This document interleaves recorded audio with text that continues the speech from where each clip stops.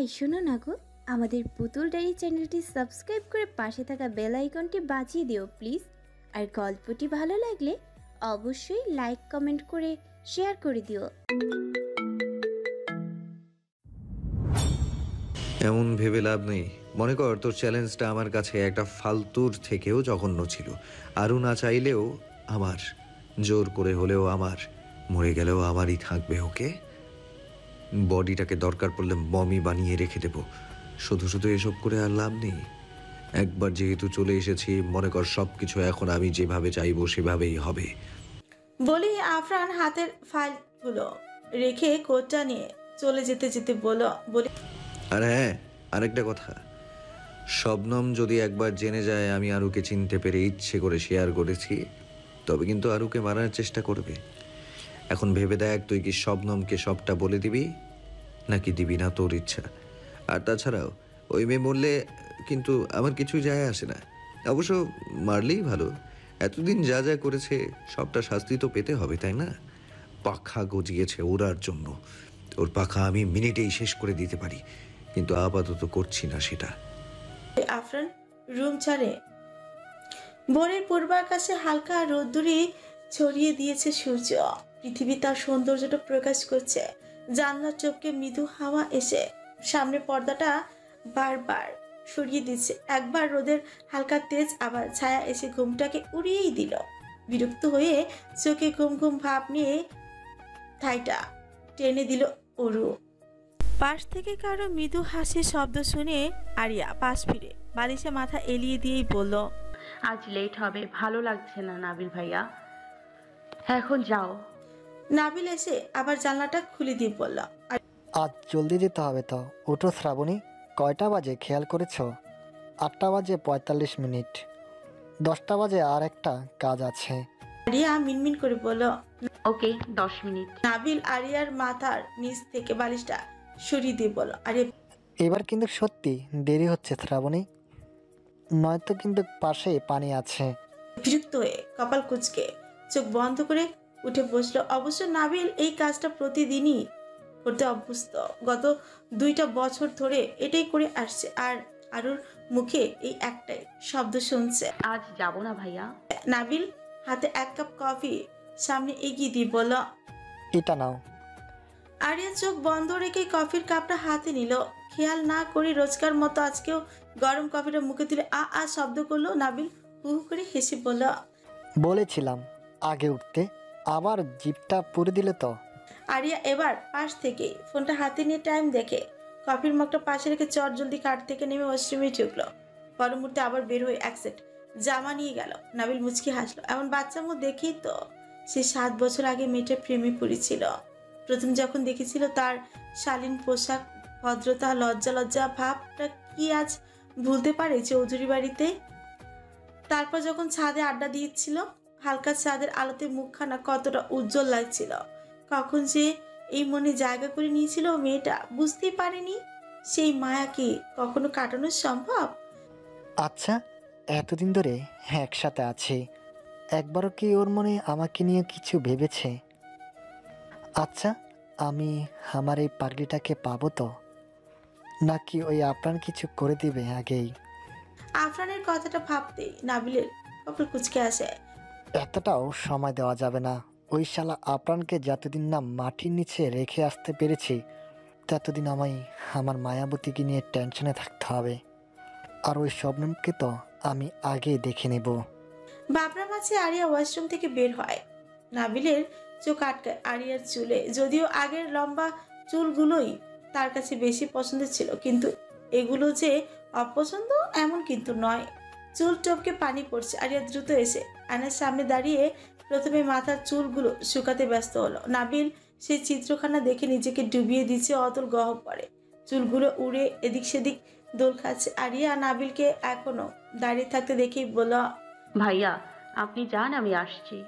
নাবিল নিজেকে কল্পনা থেকে বের করে আর না দাঁড়িয়ে আরিয়ার কথা মতো চুপচাপ বের হয়ে গেল।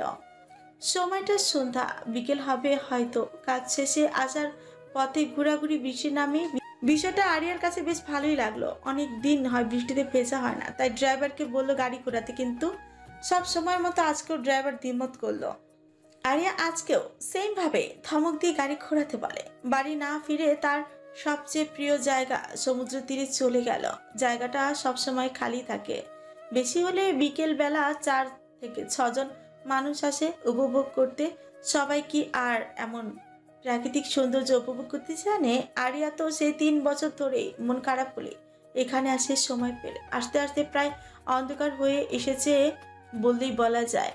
হালকা আলো, হয়তো আকাশ মেঘাচ্ছন্ন থাকে, একটু বেশি অন্ধকার লাগছে জায়গাটা। চারিদিকটায় বেশ গাছপালা সমৃদ্ধে ভরা। আরিয়া গাড়ি থেকে নামার সময় হাতের ঘড়িটা কোটটাই খুলে রেখে আসে। প্রায় অনেকটাই ঘুরে দাঁড়িয়ে আছে গাড়ির মধ্যে। আরিয়া 2 হাত উজাড় করে 2 দিকে মেলে দিয়ে দাঁড়িয়ে চোখ বন্ধ করে দাঁড়িয়ে দীর্ঘ নিঃশ্বাস নেয়। হ্যাঁ, এটাই তো শান্তি। কোনো উচ্ছৃঙ্খলা নেই, কারো জোর নেই, আছে শুধু ভালো লাগার কিছু মুহূর্ত। আর একটু সামনে গিয়ে আরিয়া পানিতে হাত দেয়। যদি জীবনটাও ঠিক সাধারণভাবে কাটতো তার আর 5টা মেয়েদের মতো। হঠাৎ করে একটা বাইক এসে ব্রেক করে ঠিক গাড়িটার পাশে। হেলমেট পরা, তবে হাত দুটো কভার নেই। তবে সাধারণ বাইকাররা লেদারের জ্যাকেট পরে, কিন্তু লোকটা তো কোট প্যান্ট পরে আছে। দেখে মনে হচ্ছে কোনো বড়লোক বাপের দুলালি ছেলে। বাইকের হর্নের আওয়াজ পেয়ে আরিয়া তাকিয়েছিল, কিন্তু অতটা গুরুত্ব দেয়নি, কারণ এখানে অনেকে আসে। তবে বৃষ্টির সময় কখনো দেখেনি এই 3টা বছরে একবারও। উল্টো বৃষ্টি আসার আগেই সবাই দ্রুত বৃষ্টি থেকে বাঁচতে চলে যায়, কারণ অনেকেরই ধারণা সমুদ্রকূলে বৃষ্টি মানে স্রোত প্রবল হবে, এতেই বিপদগ্রস্ত হওয়ার সম্ভাবনা। কিন্তু আরিয়া খুব কম দেখেছে এসব। আরিয়ার শরীরে আপাতত ওড়না জড়ানো নেই, অবশ্য এইটা এখন অভ্যাস হয়ে গিয়েছে।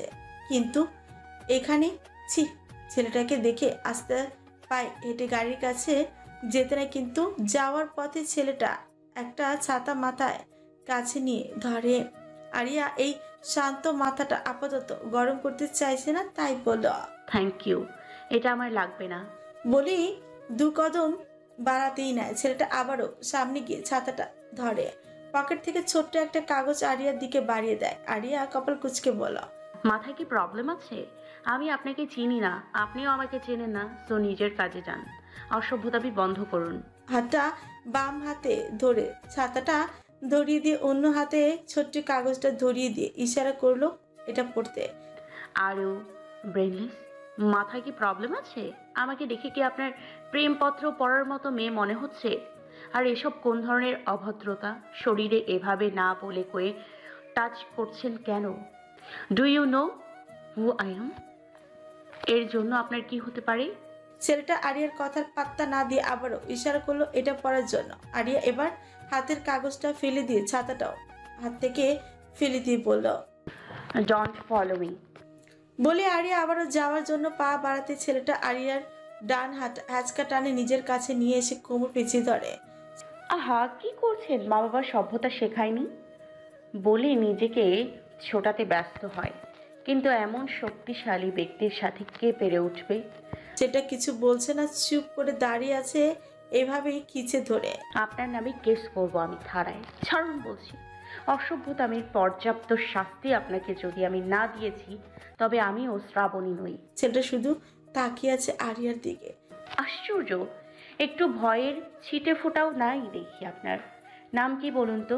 মা বাবা আছে তো, নাকি মরে গিয়েছে, শিক্ষা দিতে পারেনি? ছেলেটা এবার আরিয়ার যে হাতে ছাতাটা ছিল ওই হাতটাও চেপে ধরে যথেষ্ট জোরে। ও, লাগছে তো আমার। What your problem? সমস্যা কি হয় এমন? চারিদিকে ঘুমট অন্ধকার ছেয়ে গিয়েছে এতক্ষণে। মিনিট খানেক পর ছেলেটা আকস্মিক আরিয়াকে কোলে তুলে নেয়। আরিয়া চেঁচিয়ে চেঁচিয়ে বলে যাচ্ছে, ওফ, লাগছে তো আমার। What your problem? সাহস কি করে হয় এমন করার? এতটুকু বলতে ছেলেটা ঠাস করে গাড়ির ভেতরে আরিয়াকে ফেলে দিয়ে দরজাটা আটকে দিয়ে ড্রাইভারকে কিছু ইশারা করতে ড্রাইভার গাড়ি স্টার্ট দেয়। কিছুক্ষণের মধ্যে গাড়িটা দৃষ্টিসীমার বাইরে চলে যায়। ছেলেটা আর দাঁড়িয়ে না থেকে বাইকে স্টার্ট দিয়ে ওঠে। ভার্সিটির ক্লাস শেষে প্রেমা আর সামিরা হুট করে সিদ্ধান্ত নেয় চৌধুরী বাড়ি যাবে। অনেকদিন হয় ওই বাড়িতে যাওয়া হয় না। সেই 3 মাস আগে একবার গিয়েছিল। প্রেমা অবশ্য আরিয়ার হারিয়ে যাওয়ার পর 2 থেকে একবারের বেশি ওই বাড়ি যায়নি। আজ যেহেতু সামিরা বলেছে তাই রাজি হয়েছে। আর তাছাড়া বিশেষ কোনো এক কথা বলার আছে জাফর সাহেবের সাথে। কলিং বেল বাজানোর সাথে সাথে দরজা খুলে দেয়। সামিরাকে দেখে দুজন লোক মুখে হাসি রেখে বলল। পাশ থেকে একজন সার্ভেন্ট বলল, তোমাদের মুখে আরিয়া মেয়ের কথা যত কথাই শুনি ভালো লাগে, অথচ আমার কি দুর্ভাগ্য যে সেই সময় আমি ছিলাম না। এখন এই ভুতুরে বাড়িতে পড়ে আছি, সেটাও বাধ্য হয়ে। লোকটার কথা সামিরা মৃদু হেসে ভেতরে এসে বলল, বাবা কখন আসবে? আসলে বড় সাহেব একটু অসুস্থ, তাই আজ অফিসে যায়নি। সামিরার মুখটা সাথে সাথে মলিন হয়ে যায়। বলতে লাগলো, কি হয়েছে বাবার? আমাকে কেন একটাবার কল করে জানায়নি? সার্ভেন্ট কোনো কথা বলল না। সামিরার এখানে না দাঁড়িয়ে থেকে উপরে জাফরের রুমের দিকে পা বাড়ায়। সাথে প্রেমা ও সামিরার অনুসরণে কদম মেলায়। সামিরা রুমের সামনে গিয়ে দরজায় নক করেই ভেতরে চলে আসে। বাবা তুমি আমাকে... কথাটুকু শেষ করার আগে খেয়াল করে আয়াস জাফরকে মাথায় পট্টি দিচ্ছে। আয়াসকে দেখে প্রথমে চুপসে গেলেও আবার মুহূর্তেই খানিক পর সামনে এগিয়ে অপর পাশে গিয়ে বসে বলতে লাগলো, বাবা আমাকে একটি বারের জন্য জানানোর দরকার মনে করেননি? এই বুঝি আপনি আমাকে মেয়ে ভাবেন? তবে কেন জানালেন না? জাফর সাহেব এতক্ষণে চোখ বন্ধ করেছিল। সামিরার আওয়াজ পেয়ে চোখ খুলে মলিন হাসি রেখেই বলল, তুমি কখন আসলে মা? আপনার কি হয়েছে? জ্বর হয়েছে? বলে কপালে হাত রাখতেই যায়, কিন্তু চোখ যায় একজোড়া কঠিনতায় ঘেরা দৃষ্টিতে। এমন করে তাকিয়ে আছে মনে হচ্ছে এক্ষুনি গিলে খেয়ে ফেলবে। সামিরার ভয় হাত নামিয়ে নেয়। সামিরার অবস্থা বুঝে প্রেমা বলল, ভাইয়া আপনি এখন একটু রেস্ট নেন, আমরা আছি এখানে। আজ থেকে বলেছে এই বাড়িতে আসার ইচ্ছে হলে তুমি একাই আসবে প্রেমা, ওটাকে নিয়ে আসার মানে আছে? জাফর সাহেবের মনে হয় আয়েশের কথা পছন্দ হলো না। সামিরার মুখখানা দেখার মতো হয়েছে। ভেতরটা মুচড়ে ওঠে। আর কত অবহেলা সহ্য করবে। সঙ্গে সঙ্গে চোখের কোণায় মেঘ জমে। আয়াস, সীমা লগ্ন করো না নিজের ভাইয়ের মতো, তবে তোমার আর ওর মাঝে কোনো পার্থক্য থাকবে না। আয়াস আর কিছু না বলে উঠে দাঁড়ালো ফুসতে ফুসতে। আয়াস বের হওয়ার পর সামিরা জাফর সাহেবের কপালে হাত রাখলো। মুহূর্তে যেন হাতখানা গরমের তাপে ঝলসে উঠে। বাবা তোমার তো মনে হচ্ছে ভীষণ রকমের জ্বর উঠে আছে। অপর পাশে গিয়ে ভেজা পটি হাতে নিয়ে কপালে রাখলো। প্রেমা গিয়ে একটা তোয়ালে ভিজিয়ে এনে পাশে বসে হাত পা মুছে দিতে লাগলো। খাবার খেয়েছিলে? উঠতেই তো পারিনি। উনি নিয়ে আসেননি? ও ছেলে মানুষ, এত কিছু বুঝে নাকি? সামিরা আর কিছু না বলে রুম ছেড়ে নিচে গেল। কাজের মহিলা লতাকে তো সে 2.5 বছর আগেই আসতে নিষেধ করে দিয়েছিল। মানুষ নেই থেকে কাজের মহিলা রেখে কি লাভ? মানুষ নেই কাজের মহিলা রেখে লাভ কি? জাফর সাহেব আয়াস তো বাইরেই খেয়ে নেয়। পুরো বাড়িতে একটা মহিলাও নেই, সেখানে কাজের মহিলা কিভাবে রাখে? সামিরা গিয়ে একজন সার্ভেন্টকে কিছু লিস্ট দিয়ে এগুলো নিয়ে আসতে বলে। প্রায় 15 থেকে 10 মিনিটের মাথায় ওসব নিয়ে আসে। ততক্ষণে এই রান্নাঘরটা পরিষ্কার করে নেয় সামিরা।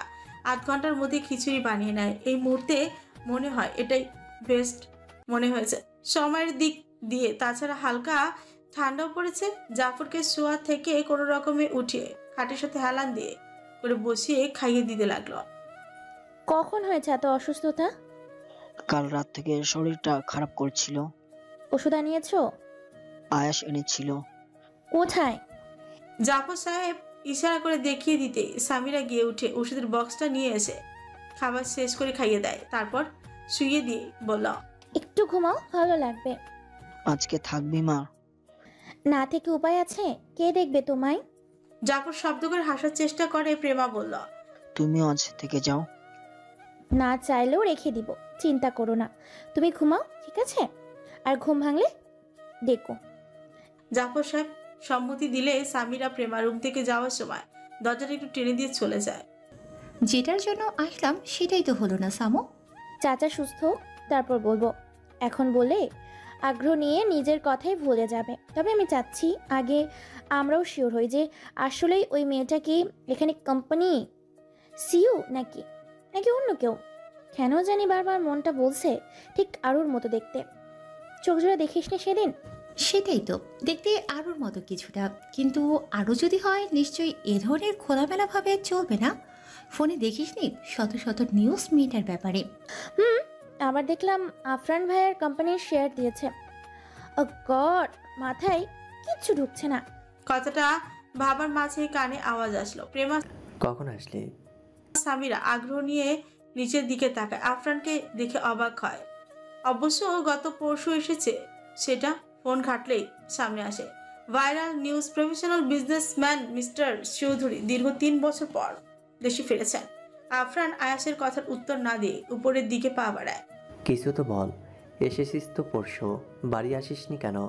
আর দেখলাম এসকে গ্রুপের সাথে হাত মিলিয়েছিস, অথচ আমার যতটুকু জানা ওই মহিলা তোর বিরুদ্ধে কাজ করেছে সব সময়। আমার যেটা ইচ্ছে হয়েছে করেছি।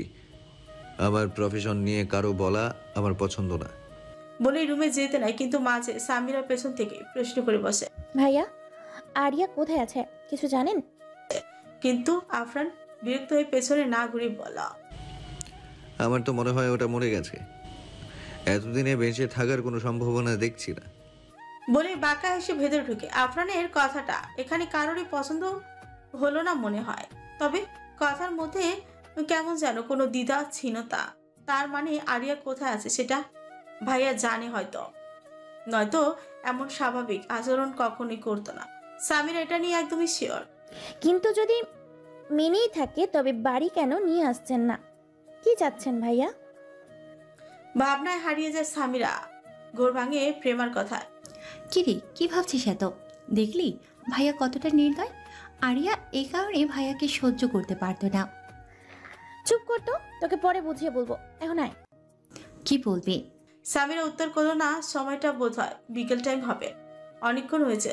সামিরা প্রেমা একবার ছাদে একবার বাগানে আড্ডা দিচ্ছে, হাঁটছে। অতীত নিয়ে আরু সহ মজার মজার কথাগুলো আজ ভীষণ করে মনে পড়ছে, সেগুলো মুখে বলা বলি করছে দুজনে। এই শোন না, আমি আবার আসবো রাতে, এখন যেতে হবে। কেন? গোসল দিয়ে আসিনি তো, কেমন যেন লাগছে। ও সেম অবস্থা। শোন, আমার কিছু সেট জামা আছে এখন এই বাড়িতে, চল এখনো পরি দুইজন। তোর সমস্যা নেই তো? আবার যদি আবারও আসবি, বেশি রানিং হয়ে যাবে না? ওকে চল, সমস্যা নেই। আমারও এখন যেতে ইচ্ছে করছে না, একা একা ভালো লাগে না আর। সামিরা প্রেমা ভেতরে গিয়ে সোজা আয়াসের রুমেই গেল। একটু আগে আয়াস বেরিয়েছিল, তাই তো ভয় নেই ভেতরে। কাবার্ড খুলে কপাল কুচকায় সামিরা। জামা কাপড় তো একটাও নেই। অবশ্য না থাকি কথা এতদিন কেউ নেই, আর রেখে রেখে চোখের সামনে ইচ্ছে করে বিরক্তিকর জিন্স দেখবে নাকি? কিন্তু কোথায় রেখেছে? সামিরার পুরো কাবার্ড চেক করছে। আয়াসের জামা কাপড়গুলো এক এক করে নামে খাটের উপর রাখছে, আর নিজের জামা কাপড় খুঁজে বেড়াচ্ছে। চোখে তো পড়ছেই না তার জামাগুলো। আরে ভাই, আমি মানলাম আমি বিরক্তকর মানুষ, তাই বলে কি জামাগুলো ডাস্টবিনে ফেলে দিবি? উচ্ছে পোকা লোক একটা, যতই পজিটিভ চিন্তা করি ততই আরো দূরে সরিয়ে দেয়। কথাটা ভাবতেই পেছন থেকে বলে উঠল, এসব হচ্ছে কি এখানে? আমার রুমে মেয়ে মানুষ কেন? আর এসব কি করছো? প্রেমা ভীত চোখে তাকায় আসে দিকে। যদিও লোকটা ক্রাশ খাওয়ার মতো। প্রথম তো এই লোকটার প্রতি তার এক আকাশ সমান ভালো লাগা ছিল, কিন্তু আস্তে আস্তে ব্যবহারগুলো দেখে মন থেকে ভাইয়া ভাবতেও ইচ্ছে হয় না এখন। ছেলেরাই কি এমন? হয়তো না, সাদিক ভাইয়ার সাথে সম্পর্কটা একটু দূরের হতে পারে, কিন্তু কখনো খারাপ ব্যবহার পাইনি আমি। আয়াস ভেতরে ঢুকে সামিরার দিকে তাকিয়ে বল, আমার রুমে কেন আসলে? আর কোনো রুম চোখে পড়েনি? আর এসব কি করছো? না বলে এটাতে হাত দিয়েছো, আবার জামা কাপড়গুলো এমন এলোমেলো করছো। এর জন্য কি করতে পারি তুমি জানো? সামিরা ভয় ঠক গেল। উনি তো চলে গিয়েছিলেন, কখন আসলেন? আসলে হয়েছে কি ভাইয়া? তুমি এখন আসতে পারো, আমার ওই মেয়ের সাথে কথা আছে। এতটুকু বলতে আয়াস বলো। প্রেমা ভয়ে আর কিছু কথা না বাড়িয়ে বেরিয়ে যায় রুম থেকে। প্রেমা যেতে আয়াস দরজাটা আটকে দেয়। দেখুন, সত্যি বলছি, আমার কিছু জামা কাপড় ছিল এখানে, তাই এসেছি, পাচ্ছিলাম না। আয়াস কপাল কুচকে আস্তে আস্তে বলল, তোমার কি মনে হয় 2 বছর আগের জামা এখনো এখানেই থাকবে? 2 বছর আগের না তো, কিছু মাস আগে, যখন একবার চাচা অসুস্থ হয়েছিল তখন এসেছিলাম। তোর কি মনে হয় যে তুই এখানে জামা রাখবি আর আমি সেগুলো গুছিয়ে রেখে দেব যত্ন সহকারে? আয়াসকে এমন ভাবে দেখে সামিরার কপালে ঘাম জমে, 2 কদম পিছিয়ে বলতে লাগলো, ও আসলে আমি বুঝিনি, ভুলে গিয়েছিলাম। ঠিক আছে, আমি চলে যাচ্ছি। বলে আয়াসকে পাশ কাটিয়ে দ্রুত পায়ে দরজার দিকে যেতে নিলে আয়াস এক হাতে ধরে বলল, কোথায় যাচ্ছিস? এগুলো কি আমি বাস করব? তুই অগোছালো করবি আর আমি এসে এসব ঠিক করব? সামিরা কাঁপা কাঁপা গলায় বলল। আসলে আমি ঠিক করে দিচ্ছি। বলে আয়াসের থেকে হাতটা ছুটাতে চাইলো, কিন্তু আয়াস উল্টো সামিরার সামনে গিয়ে দাঁড়িয়ে দাঁত কটমট করতে করতে বলল,